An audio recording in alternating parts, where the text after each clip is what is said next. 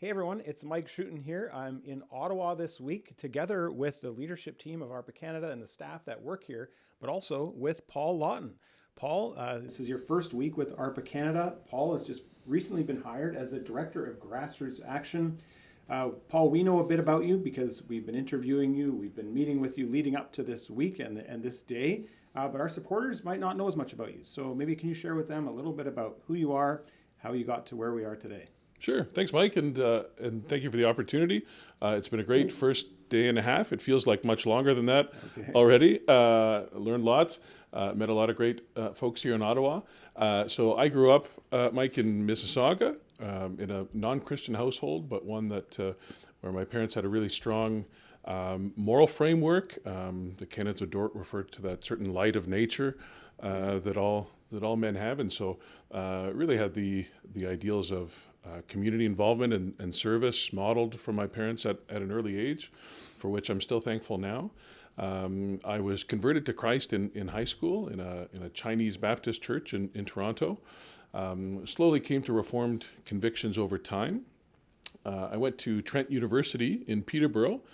I met my wife there, and we still live in Peterborough now with our 8 children, soon to be 9, sometime around Valentine's Day.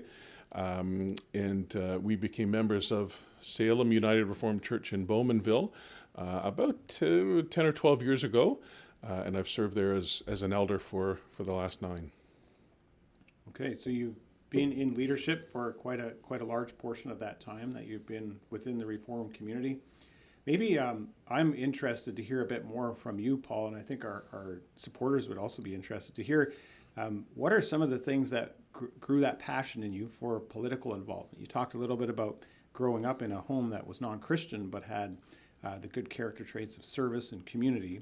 When it comes to specifically to politics and now as a Reformed Christian, Reformed voice, God's truth essentially in the political realm, just share a little bit about that part of your journey and why you grew passionate about that and more so over time. Sure. And I'll share an anecdote, Mike. Actually, in my first council meeting as an elder, there was correspondence from ARPA, maybe about a fall tour or something like that. And it came up on the table, hey, should we promote this event in our church? Okay. And this is my first meeting, and everybody said, well, of course. And I was the dissenting voice and said, no, this is a political organization. Our faith and politics should be kept entirely separate.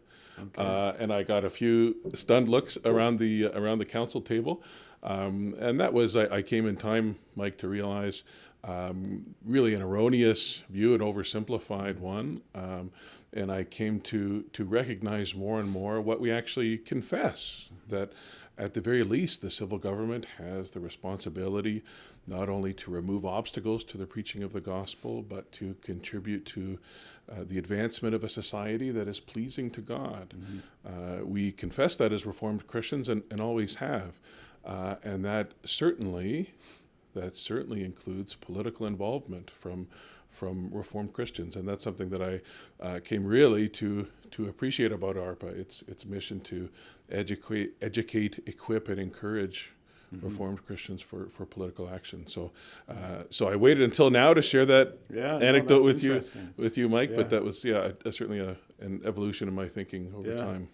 Yeah, it certainly must have, because I remember in conversations with you, you sharing even about how a number of your children are growing in their not just interest, but passion for essentially following in their father's footsteps and bringing God's truth to bear into politics. Some of them have attended the youth conference, and even from the Peterborough area, it's been really encouraging to see that. So I commend you for that, and we look forward to what you're able to bring to ARPA Canada.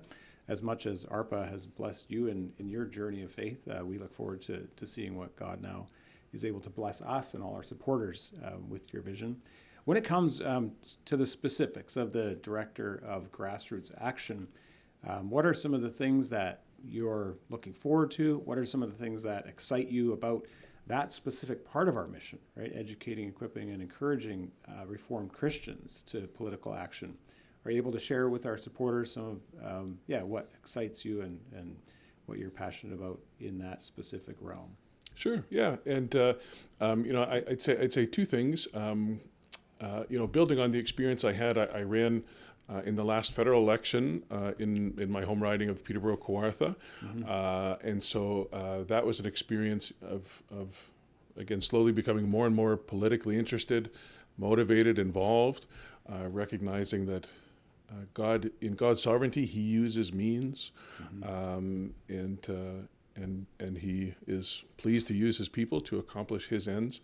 And so when it comes to this role in particular, I'm really thankful for the tremendous amount of work that's already been done by the grassroots team across the country. So being able to connect with the ARPA chapters and the school clubs, to be able to support, encourage where needed, hopefully to develop new chapters, new school clubs, is it's a great thing, and just seeing where we can do more together to contribute to that society that's pleasing to God.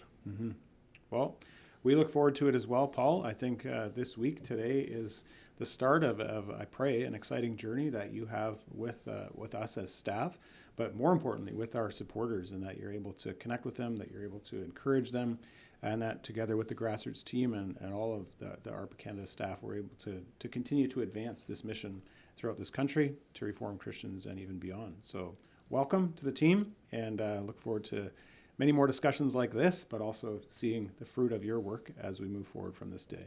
Great. Thanks, Mike.